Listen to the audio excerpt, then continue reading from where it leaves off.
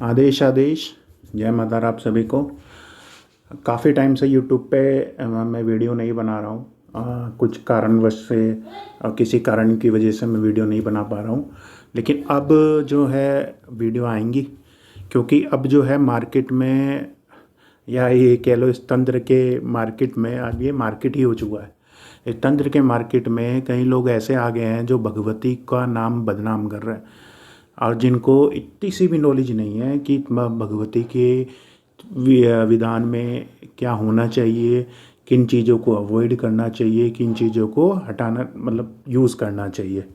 उनको इतना सा भी ज्ञान नहीं है। अभी उनसे पूछ दो कि कौन सी पद्धति से पूजा होती है, वो केवल किताबी ज्ञान है, महाचीनाचार पद्धति से पूजा होती है।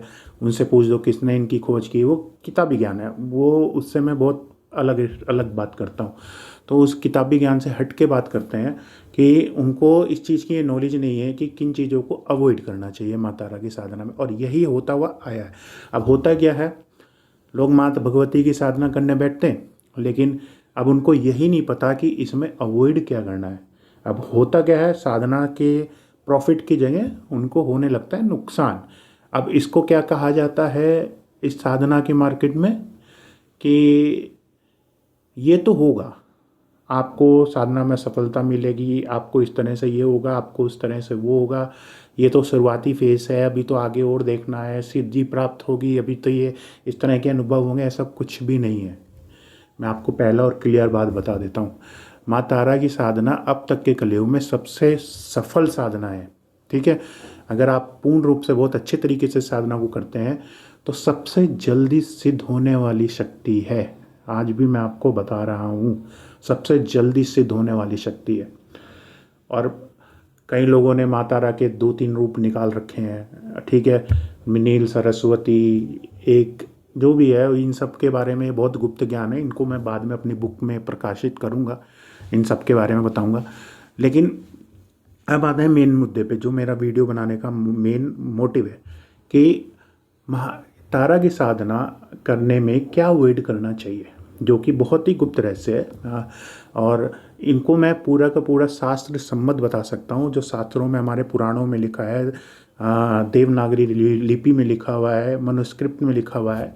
मैं पूर्ण रूप से देखने को तैयार हूँ, और जिसको भी ऐसा लगता है कि ऐसी चीज़ें नहीं हैं, गलत हैं, तो आप मेरे से कांटेक्ट कर सकते हो। मैं आपको पूर्ण रूप से उसके बारे में पूरा का पूरा दे सकता हूँ। हर चीज़ उपलब्ध है मेरे पास। ठीक है, मैं ऐसे ही चीज़ों के ऊपर नहीं आता, मैं बहुत रिसर्च करने के बाद चीज़ों के ऊपर आता हूँ। तो पहली बात तो ये कि अगर माँ तारा की साधना करने बैठते हो आप, तो सबसे पहले आपको कुछ चीज़ों को बहुत पहले ही त्यागना पड़ता है। ठीक है, सबसे पहली बात होती है कि आपको अपनी निद्रा को, जो आपकी नींद है, उसको आपको त्यागना पड़ेगा। बहुत ही कम नींद आपको लेनी पड़ेगी। सबसे पहला तो नियम यही है, आप इस चीज़ को समझो। अगर आप सोचते हो कि नहीं ऐसा नहीं है और साधना भक्ति से चल जाती है, तो भी ये भक्ति से चलने वाली साधन शक्ति नहीं है। आपको मैं पहले ही बता दूँ, ये भक्ति से तो ऋषि वशिष्ठ से भी नहीं चल पाई थी, तो आप कहाँ से चला लोगे। ठीक है, निद्रा का आपको त्याग करना पड़ेगा काफ़ी हद तक। ये ऐसा नहीं कहता हूँ कि पूरे टाइम सोओ ना, सो, लेकिन हाँ मतलब त्याग करो। और दूसरी चीज़, इसका कोई नियम नहीं है। नियम का मतलब, आपको कहने का मतलब है कि कोई वस्त्र का पाबंदी नहीं है, कोई दीपक की पाबंदी नहीं है, कोई आसन की पाबंदी नहीं है, कोई समय की पाबंदी नहीं है। ठीक है, लेकिन हाँ, ये शक्ति जागृत होती है माँ निशाचर काल में। तो रात्रि के मध्यकालीन भाग में ये शक्ति जागृत होती है। उस टाइम पे भी अगर आप जाप कर रहे हो भोजन करने के उपरांत, तो ये शक्ति आपको पूर्ण रूप से सहायक बनेगी। ठीक है, और आपको अनुभव कराएगी। दूसरी चीज़, तीसरी मतलब दूसरी तो हो गई, अब तीसरी चीज़ ये है कि माँ तारा की साधना में आपको के पास जो भी देवी देवता हैं, अगर आप माँ तारा की साधना करने चाह रहे हैं, घर पे करना चाह रहे हैं, इसलिए कहते हैं कि साधना को शमशान में करना चाहिए। लेकिन अगर आप घर पे भी करना चाह रहे हैं, एक माँ के रूप में रख के करना चाह रहे हैं, तो सबसे पहले आपके घर से अपनी सभी देवी देवताओं को हटाना पड़ेगा। ठीक है, कंट्रोवर्शियल है, लेकिन मैं सही बात बता रहा हूँ। जो चीज़ लिखी हुई है वही बात बता रहा हूँ। आपको अपने घर से सभी देवी देवताओं को प्रस्थान देना पड़ेगा। कि जहाँ पे माँ तारा रहती हैं वो केवल और केवल वहाँ पे माँ तारा रहती हैं और एक शिवलिंग, बस उससे ज़्यादा और कोई शक्ति वहाँ पे विराजित नहीं रह सकती। अच्छा, अब चौथी चीज़ पे आता हूँ।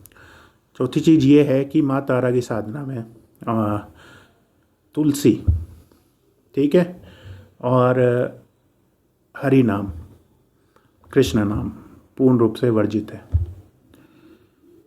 ठीक है, आप कहोगे राम की शक्ति तारा थी, ये थी, वो थी, ये हमारे चीज़ों का वर्णन है, लेकिन जिस पद्धति से इनकी पूजा होती है माँ चीनाचार पद्धति से, उसमें ये पूर्ण रूप से विस्तृत रूप से वर्णन किया गया है कि माँ तारा की साधना में किन किन चीज़ों को आपको नहीं रखना है। ठीक है, मैं ये नहीं कहता उसको हमेशा के लिए त्याग दो, लेकिन साधना के दौरान आप उन चीज़ों को नहीं वो कर सकते, बिल्कुल भी नहीं कर सकते। अगर सिद्धि प्राप्त हो भी जाएगी तब भी आपका भाव तो माँ से ही जुड़ जाएगा, तो ये सब चीज़ें तो बात की बात है। तो लेकिन ये जो नियम है, यही नियम की बात कर रहा हूँ मैं।